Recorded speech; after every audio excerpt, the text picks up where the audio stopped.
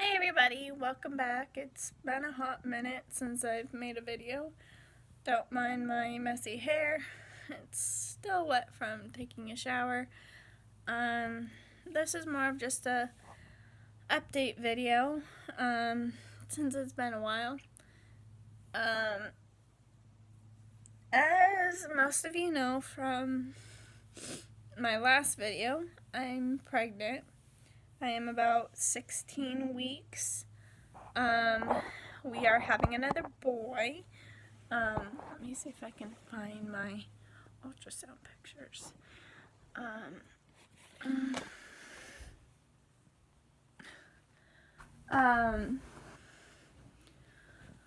We are also, Jordan and I are also looking at trying to move out.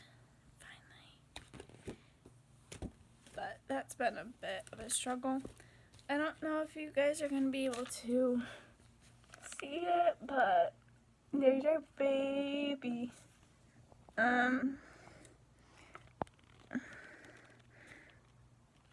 Yeah, it's hard with the light. Hold on, where's the picture of his feet? Okay, so hold on. So I kept a journal. I did the same thing with Gideon.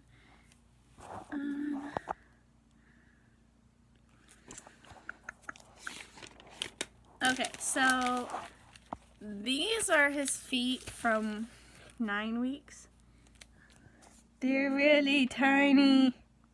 They're so cute. Alright, and then these are from when we went last week.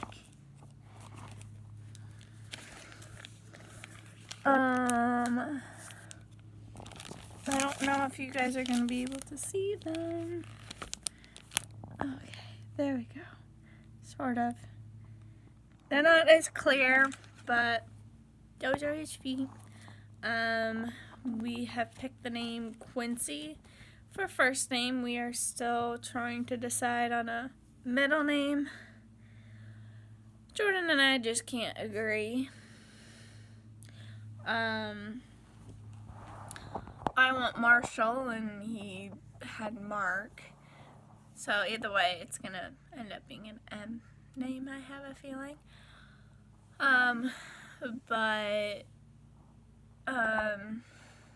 We're excited. Gideon's still not like 100% sure what to think. He went to my appointment with us last week. My appointment was on Wednesday. And it was his first time seeing the ultrasound. He has a picture. It was actually pretty cute. So my first appointment where I got an ultrasound picture, which was at 9 weeks, I showed him the picture and I was like, you're gonna have a little sibling. Like, I was like, you're gonna be a big brother, blah blah blah. We were talking about the baby. Now, and then that night he wanted me to tape the picture to his bed. So now he has a picture of the baby next to his bed. And he has been talking nonstop. Every time he sees my belly, he signs baby. And now that we know that it's a boy, I signed baby boy. I'm like, you're gonna have a little brother. His name is gonna be Quincy. But he's still not like completely sure what to think, and I know he's not gonna fully like understand it until the baby is actually here. And I don't know how he's gonna react because like he's used to having all of my attention.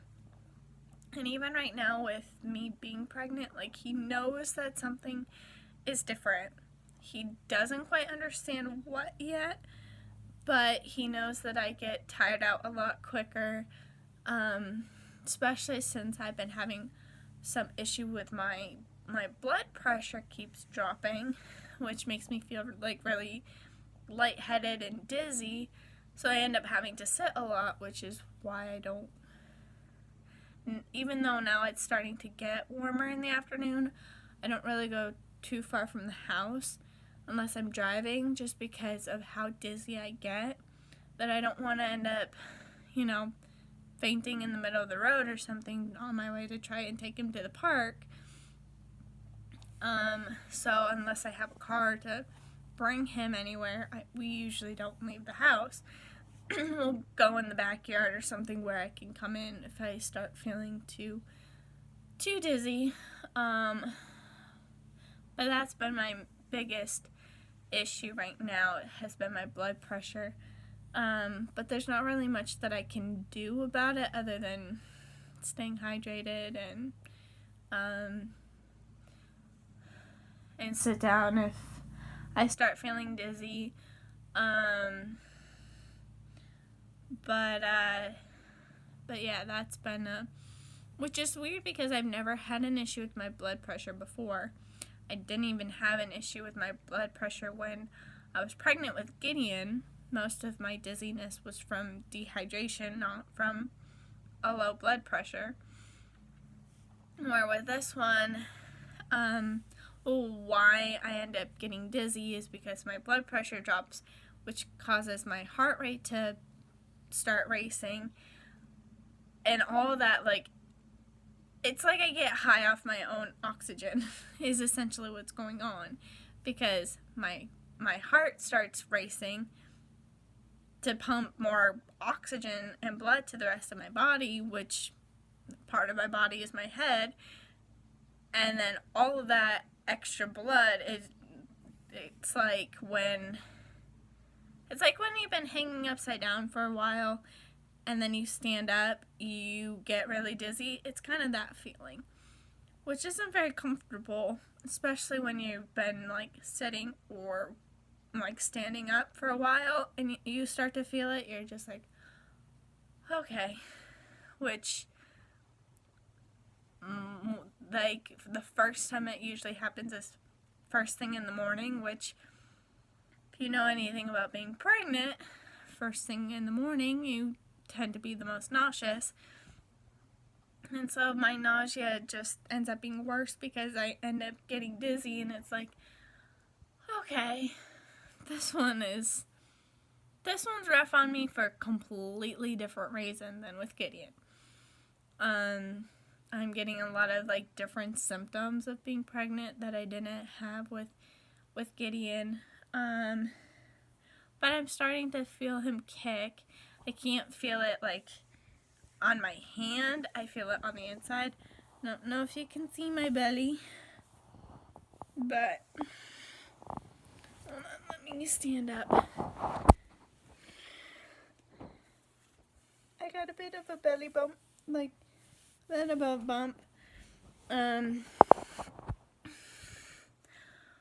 Sorry about being so out of breath. That is another part of my blood pressure, is that that and just overall being pregnant, I have a lot more pressure on my diaphragm because of the amniotic sac and everything, which makes me really out of breath, unfortunately. But no, like that, it's exciting. In other news, we are working on getting Gideon's trach out, which is that little thing in his neck that you see in some of my videos with him, a breathing tube. He doesn't really use it. Like, okay, that's a bad way of explaining it. So, excuse me, when he was first born, his airway wasn't, not that it wasn't formed all the way, it just, all that is cartilage. You have bone and cartilage in your not your esophagus, but your trachea, which is where you're breathing. And because you have your esophagus, which goes to your stomach, and then that little flap, which is essentially how you end up choking or aspirating, is that that valve in your esophagus ends up getting stuck open or closed where you can't breathe, you end up aspirating, which means food goes into your lungs because it gets stuck open. But that other part of your throat that valve leads to is your trachea. So when you end up being born early, like Gideon was, it doesn't form all the way, or it doesn't like harden all the way. That cartilage doesn't, and so it ends up closing on itself, kind of like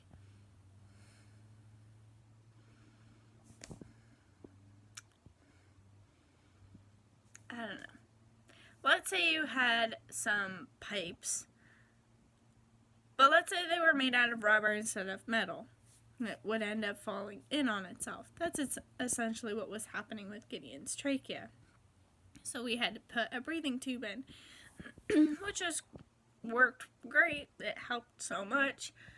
But now his body is pretty much rejecting it because they're like, hey, this is a foreign object. This shouldn't be here. Get it out. And so his trach site constantly gets irritated and swollen and starts bleeding every time we end up trying to change his trach. Like, it's been a mess. And I've been trying for the past, I don't know, year and a half, trying to schedule for this, to get this out. And they told me, well, he needs his adenoids and his tonsils out first. I'm like, okay, great, that's fine. I can do that. Well, that appointment was supposed to be back in December when we were going to have his school break, but then he didn't have any openings then. So I finally got that scheduled for the 17th of this month. So once that's taken care of and once he heals from getting his adenoids and his tonsils out, they're going to do a sleep study where they're going to put a cap on his trach, which forces him to breathe through his mouth and nose. He does that anyway for the most part, but when he gets congested, like when his allergies act up or when he gets sick, he relies a lot on his trach because of how swollen his adenoids are. It's hard for him to breathe out of his mouth or nose when he's sick because he snores a lot. I mean, some of my videos where I'm up at night with him, you can hear him snoring. And so when he's sick and he snores like that, his O2 levels drop, which your O2 levels are supposed to be between 95 and 100%. But when he's sick and his sats drop, he ends up sitting at like between 88 and 92, which is not horrible, but like still low enough to be concerning.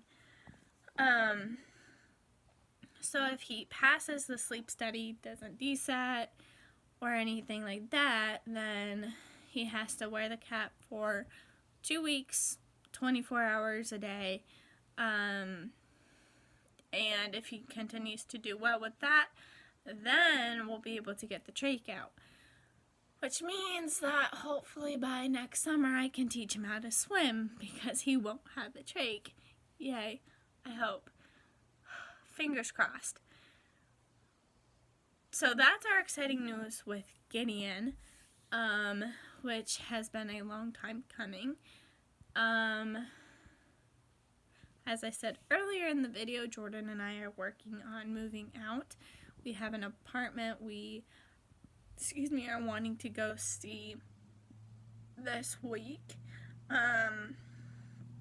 We'll see. But, I don't know. Move-in day for that is this 17th of April, so we have a bit of time before we actually are going to be moving. But we're wanting to move before the baby comes, if possible. But so yay, that's it. Like, we have a lot of exciting stuff going on. Next month is mine and Jordan's 1-year wedding anniversary. Like, it's crazy to me because, like, I know in my head that we've only been married for a year, but, like, it feels so much longer than that. But at the same time, it doesn't feel like it's been that long. And I think just because so much has happened between last March and now, that it's like this whole past year just like flew by. 2019, like, it just, I was like, where did time go? But at the same time, Jordan and I have been together for the past 6 years, I think. Yeah, since 2014. And so, like, it feels like we got married a long time ago. And, I mean, even from the start, people said we acted like we were a married couple. And so, like, it's funny how time works like that. But, like, there's no one else that I want to go through everything that we're going through with. There's no one that I feel like I could rely on as much as Jordan. And it's funny because, like, I was talking to, we have a few new nurses for Gideon, and one of them lost her husband about 5 years ago, I think. They had been married for like 20 years or something. And she and I were talking, and she's like, yeah, I tried dating for a few times, but she's like, I don't think that I'd ever get married again. And I said to her, I was like, I know I'm only 25, but, like, if something happened to Jordan, I don't think I'd, get married again either. I was like, women are too dramatic for me to actually, like, want to get married to. And I was like, and there's no other guy that I've ever met in my life that makes me feel the way Jordan does. And she's like, honey, you are still, she's like, you're only 25. You have your whole life ahead of you. And I'm like, I know that, but, like, it's true that they say when you know, you know. Like, I knew from the moment Jordan and I started dating that we were going to get married. I didn't tell him that right away, but I just knew. And, like, we live in a society where you either don't talk about your problems or you throw it away. Like I look at it this way, a relationship is like a house. And half the people now in this society, if there's a burnt out light bulb, doesn't talk about it and learns to do things in the dark. You don't mention the fact that there's a burnt out light bulb. Or the other half just goes and buys a new house. And it's like, that's not how relationships work. If there's a burnt out light bulb, you fix the light bulb. You talk about the fact that there's a burnt out light bulb and try and see how to fix it. Change the light bulb. If the light bulb still doesn't come on, then I don't know, like see if it's the wiring, go to counseling. And then if that doesn't work, then maybe it's time to buy a new house. And I think that that's the reason why relationships don't last long, is because people aren't willing to put in the work. Because, if you don't talk about the fact that there's a burnt out light bulb and just try to do everything in the dark, you're gonna end up getting hurt. You're gonna run into walls. You're gonna run into everything else that's in the house, and eventually you are going to end up having more bumps and bruises from just trying to do everything in the dark rather than fixing the problem. And I like the house that Jordan and I have. I like the relationship, that Jordan and I have. And yes, every now and then a light bulb burns out, but we just fix it. And that is how relationships are supposed to be. And this was not supposed to be a video of me giving relationship advice, but take it or leave it, I guess. It was more of supposed to just be an update on my life. I'm starting to get my second trimester burst of energy, so I'm hoping to, be able to start doing live streams again.